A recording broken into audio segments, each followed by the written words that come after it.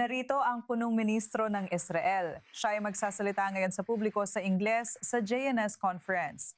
Ito ang International Policy Summit.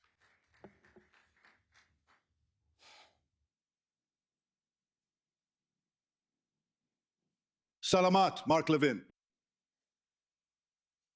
Sana magamit kita bilang aking tagapayo. Araw-araw.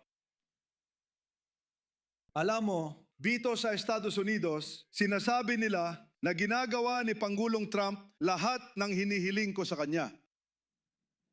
Sa Israel, sinasabi nilang ginagawa ko lahat ng gusto niyang gawin ko. Sa totoo lang, wala namang totoo doon. Pinuno kami ng malaya at marangal na bansa. Ipinaglalaban namin ang aming interes at ipinaglalaban ko ang mga interes ng Israel. At para sa seguridad nito, madalas kaming magkasundo, minsan hindi. Pero nirerespeto namin ang soberanya, pamumuno at dedikasyon ng bawat isa para sa aming mga mamamayan. Noong nakaraang taon, nakita ko ang ilan sa inyo habang nasa entabladong ito. Hindi ko kayo makita ngayon, pero nakita ko ang ilang mahal kong kaibigan na nandito. Richard, salamat. Narito rin tayo, kasama rin natin ang Serbian President ng Bosnia-Herzegovina. Salamat. Salamat, Ginan. Magkakausap tayo bukas. Maraming mahal na kaibigan dito. At totoo yan. Kaya nung nakaraang taon, habang nakatayo ako sa entabladong ito, nagsalita ako tungkol sa mga desisyon, mahihirap na desisyon, makasaysayang mga desisyong marami noon, kabilang na ang marami sa mga tumatakbo laban sa akin ay nagsabing hindi ko dapat ginawa noon. Sinabihan nila akong huwag pumasok sa Rafah. Pumasok ako sa Rafah. Sinabihan ako na huwag atakihin ang Hezbollah. Inatake namin ang Hezbollah. Sinabihan nila ako na huwag harapin ang Iran. Hinarap namin ang Iran. At ngayon gusto kong magsimula sa isang simpleng tanong. Ano ang ating nakamit? Dahil ito mga parehong tao at kung sino paman ang kanilang mga kasabwat sa media ay sinusubukang maliitin ang ating mga nagawa. Sa katunayan, sinusubukan nilang burahin ito ng tuluyan. Anong nga ba ang ating nakamit? Ito ang ating mga nakamit. Napigilan natin ang Iran sa plano nilang lipulin tayo. Ngayon, sana hindi pa sila nakakagawa ng sandatang nuclear o atomic bomb para magawa iyon. Napigilan natin na mangyari yon. Inalis natin ang isang banta sa ating pag-iral. At kung hindi tayo kumilos sa Operasyon Rising Line at pagkatapos sa Operasyon Roaring Line, sana ay mayroon ng atomic bomb ang Iran. At hayaan ninyong sabihin ko sa inyo ang isang bagay. Gagamitin sana nila yon. Iyon ang napigilan natin. Kasama ang ating mga kaibigang Amerikano, ang hukbong himpapawid ng Amerika at ang militar ng Amerika, isinagawa natin ang pinakamalaking airstrike sa ating kasaysayan. Sinira natin ang infrastrukturang nuklear ng Iran. Napatumba natin ang 20 sa kanilang top nuclear scientists. 12 sa Rising Line at 8 pa sa Roaring Line. Kapag tinanggal ang mga siyentipiko, mahirap gumawa ng sandatang nuclear. Sobrang hirap. Pinugutan natin ng ulo ang pamunuan ng rehimeng terorista. Winarak natin ang industriya nila ng mga misil. Pinabagsak natin ang kanilang hukbong dagat. Pinabagsak din natin ang kanilang hukbong himpapawid. Inatake natin ang kanilang mga industriyang militar. Inatake rin natin ang kanilang mga tulay. Inatake natin ang napakaraming target. Kaya ang kabuuang pinsalang na idulot natin sa ekonomiya ng IRGC ay hindi lang milyon ang halaga. Hindi ito binibilang sa daan-daang milyon. Hindi rin ito binibilang sa mga bilyon lang. Binibilang ito sa daan-daang bilyong dolyar. At matagal bago sila makabawi. Matagal na matagal. At maaaring hindi na sila makabawi. Kapag naipataw mo na ang mga dagok at lumalim ang hidwaan ng rehimen at tao, hindi masasabi kung kailan babagsak ang ganitong rehimen. Sa palagay ko, tayo ang nagdulot ng mga kondisyon para ito ay bumagsak balang araw. Tunay na tagumpay ang makakamit kapag kinuha ng mga Iranian ang kapalaran nila at pinabagsak ang malupit na rehime na nanakot sa kanila at sa mundo. Hindi lang natin hinarap ang Iran, binuwag din natin ang aksis ng terorismo nito. Tinumba natin si Sinwar, tinumba natin si Anya, tinumba natin si Def at libu-libong mga terorista ang napatumba natin. At sa kabila ng mga nagsabing hindi ito magagawa, na ibalik natin sa Israel ang bawat bihag, bawat isa sa kanila, bawat huli sa kanila. Iyan din, ayaw maalala ng ilan sa aking mga kritiko, pero sinabi nila, huminto bago ang Rafah. Makipagkasundo. Ulihin ang mga terorista at ilabas ang mga bihag. Hindi kailangang pumasok sa Rafah, kunin ang Philadelphia Corridor o harapin ang Hezbollah. Hindi natin dapat harapin ang Iran sa ngalan ng Diyos. Hindi natin sila pinakinggan at ginawa natin. At nakuha natin sila pabalik dahil inilagay natin ang ating matatapang na sundalo, ang ating walang kapantay na magigiting na sundalo direkta sa kanilang kuta sa Gaza. At sila ay sumuko. Ibinigay natin pabalik ang bawat huling bihag. Sa tingin ko, dapat ipagmalaki ng mamamayan ng Israel at ng malayang mundo ang tagumpay na ito, na ibalik natin sila.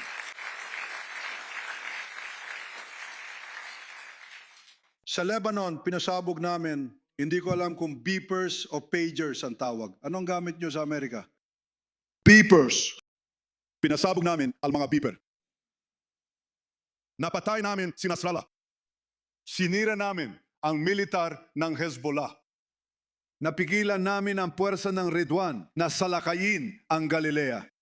Sinira namin ang mahigit 70% ng 150,000 na rocket at misil na inipon ng Hezbollah laban sa amin. Nagtayo kami ng security zone sa Gaza. Nagtatag kami ng security zone sa Syria at Lebanon at mananatili ito hanggat kailangan para protektahan ang aming mga tao.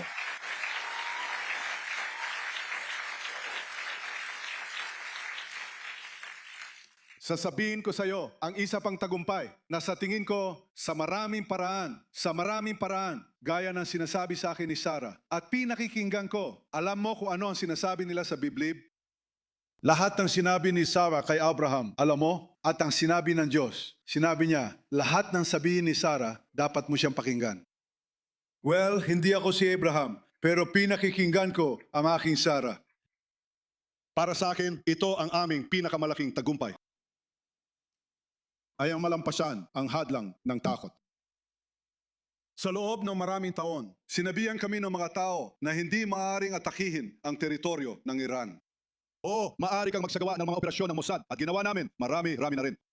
Marami akong inaprobahan pero hindi pwedeng ipadala ang militar natin sa Iran. Binago natin ito. Pinadala natin ang matatapang na piloto sa impapawid ng Iran at winasak nila ang mga target ng rehimen at mga target ng terorista. Mga baterya ng misal, lugar ng paggawa ng misal at nuclear na pasilidad. Binago natin ang doktrina ng seguridad ng Israel. Tayo ang nag-uumpisa, tayo ang umaatake, tayo ang nagugulat at tayo ang umaatake sa mga kaaway na nais tayong wasakin, na nais tayong patayin. Inaatake natin sila bago pa nila magawa yon. Kung marunong ka ng Hebreo, akamlo kacha, askemlo go. Patayin mo sila muna.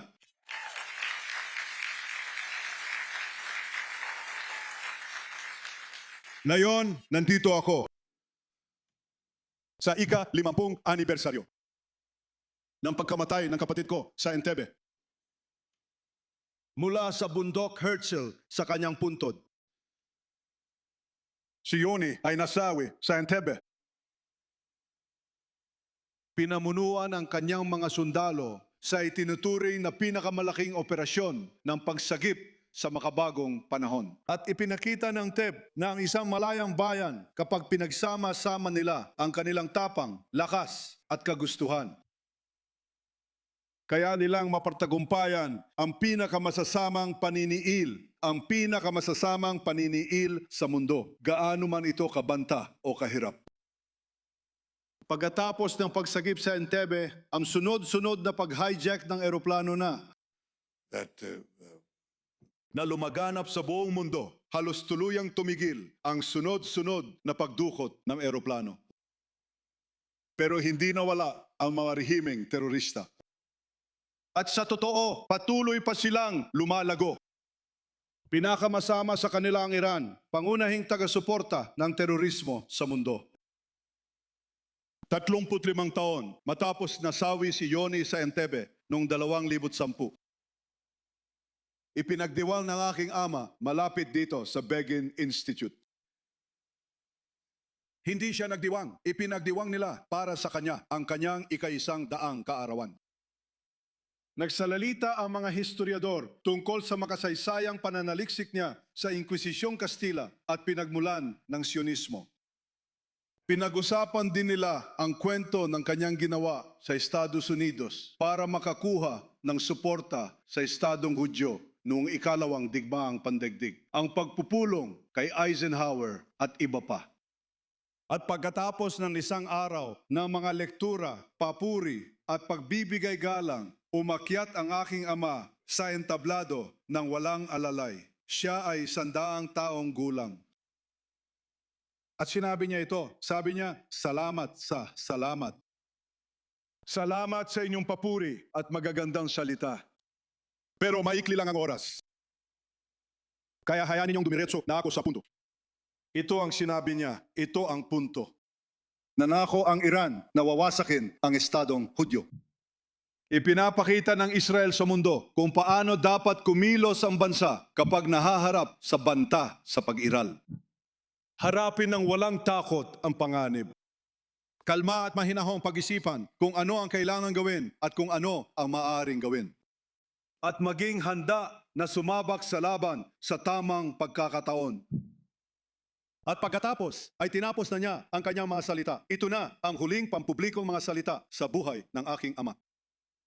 Ito ay nadudulot sa aking matibay na paniniwala, aniya, na mapapawi ng ating mga kababayan ang panganib na ito sa ating pag-iral. O sige, 16 na taon ang lumipas, ginawa nga natin yon. At sinasabi ko sa inyo ngayon, ang sinabi ko sa puntod ng aking kapatid, ilang oras lang ang nakalipas ngayon.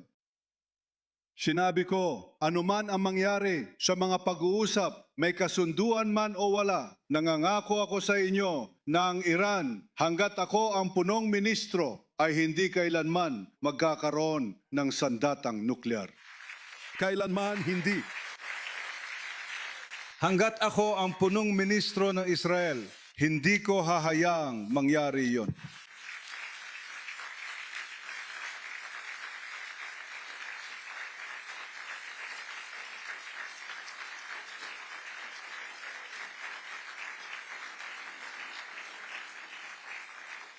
At may sinabi pa ako tungkol sa Lebanon. Sinabi ko at inulit ko rito, ilang minuto lang ang nakalipas. Hanggat kailangan natin protektahan ang ating mga tao, mananatili tayo sa security zone sa Timog, Lebanon. At ang dahilan ay lubos na nauunawaan. Walang bansa ang aasahang gumawa ng iba. Ngayon, isipin mo ang Estados Unidos. Sa kabila ng hangganan, mayroong libo-libo, isang hukbo ng libo-libong terorista na nilulusob ang inyong mga lungsod at bayan gamit ang mga rocket, ballistic missile at mga killer drone.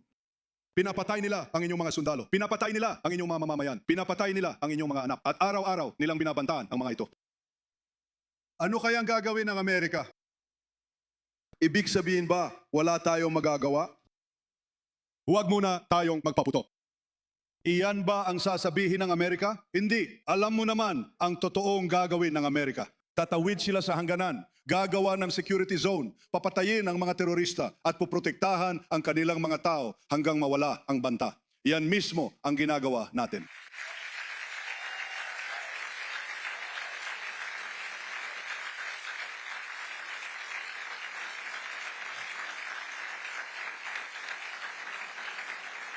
At hayaan mong sabihin ko pa ang isa, walang ibang bansa ang makakagawa nito ng mas magaling. Walang ibang bansa ang mas magaling dito dahil tinatarget ng mga terorista ang mga sibilyan at nagtatago rin sila sa gitna nila. Sa totoo lang, gumagawa sila ng dobleng krimen sa digmaan sa ginagawa nilang yan. Kaya ang tanong, ano ang dapat gawin? Target natin ang mga terorista, pero may nadadamay na sibilyan sa bawat digmaan at labanan sa lungsod. At kadalasan, ang ratio ng mga mandirigma sa mga hindi mandirigmang namamatay, mga hindi mandirigma sa mga mandirigmang namamatay ay mga 7 sa 1, 8 sa 1. Sa Gaza, mas mababa pa ron kahit na maraming kasinungalingan at paninira laban sa Israel. Pero tinanong ko mga tao natin, ang sanggay natin sa pananaliksik sa kagawaran ng depensa. Sabi ko, ano ang ratio sa Lebanon? At sinabi nila sa akin ngayon ko lang nakuha ang dokumento, punong ministro, 5 sa 1 ang ratio. Hindi 5 sibilyan ang namamatay sa bawat terorista. 5 terorista ang napapatay sa bawat sibilyan na nasasaktan sa proseso. 5 sa 1 hindi naririnig dahil walang ibang hukbo na kasing haba ng hakbang ng Israeli Army sa pagtugis ng terorista at pag-iwas sa sibilyang nadadamay. Dapat tayong papurihan dahil dito hindi kondenahin.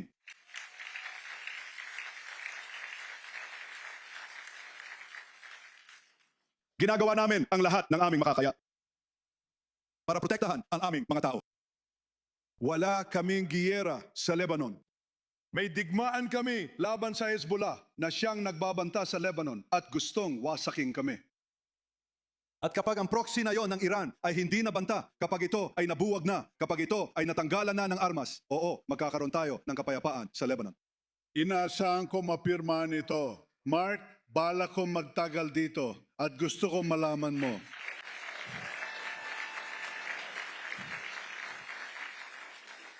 Ang mga ito at iba pang mga usapin ay mga interes ng seguridad ng Estado ng Israel.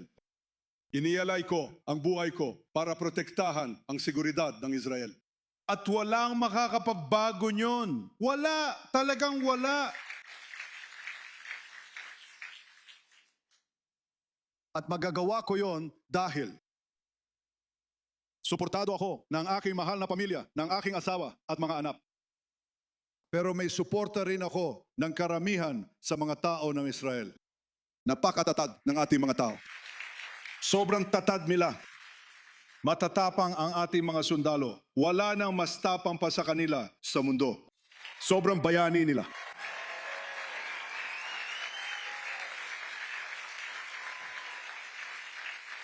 Determinado kami at handang ipaglaban ang bansa, anuman ang kapalit.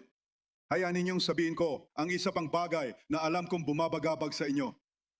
Nakikita natin ang lumalalang banta ng terorismo. Apektado nito ang bawat bansa sa mundo ngayon at apektado rin ang Estados Unidos ng Amerika. At hayaan ninyong ipaliwanag ko kung paano gumagana ang antisemitismo sa paglipas ng panahon. Mula nawala ang bansa natin, naging walang kalaban-laban tayo, hindi lang sa pisikal na atake, kundi pati sa paninirang puri na laging nauuna rito. Kaya't hinarap natin sa isang bansa ang ganitong mga paninirang puri. At nauwi ito sa isa sa dalawang bagay, alinman sa pagpapatapon o masaker.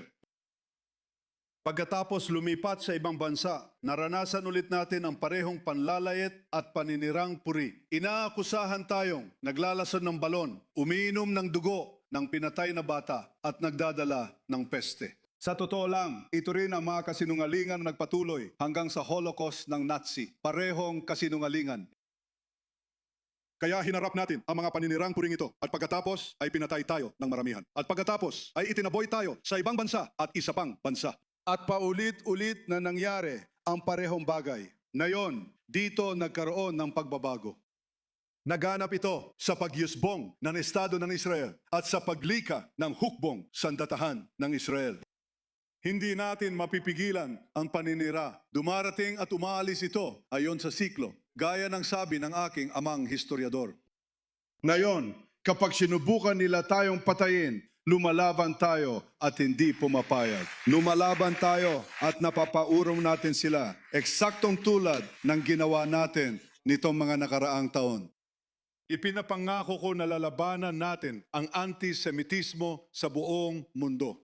Lalaban din tayo sa ikawalong larangan. Ang laban kontra sa pagtatanggal ng ating lehitimasyon. Ang laban kontra sa paninirang puri na nakatuon laban sa mga Hudyo. Inihiling ko sa inyo, mga Udyo ng Amerika at mga Udyo sa diaspora, na gawin ang isang bagay. Tumindig kayo. Huwag kayong mangimi. Huwag kayong matakot. Lumaban kayo. Dahil igagalang lang tayo ng mga tao kung igagalang natin ang ating sarili. Kapag binabato tayo ng kasinungalingan, ibalik natin ang katotohanan. Tumayo ng matatag. Ipaglaban ang katotohanan, Israel at mga Hudyo. Ipaglaban ang kinabukasan ng mga Hudyo. Maraming salamat sa lahat.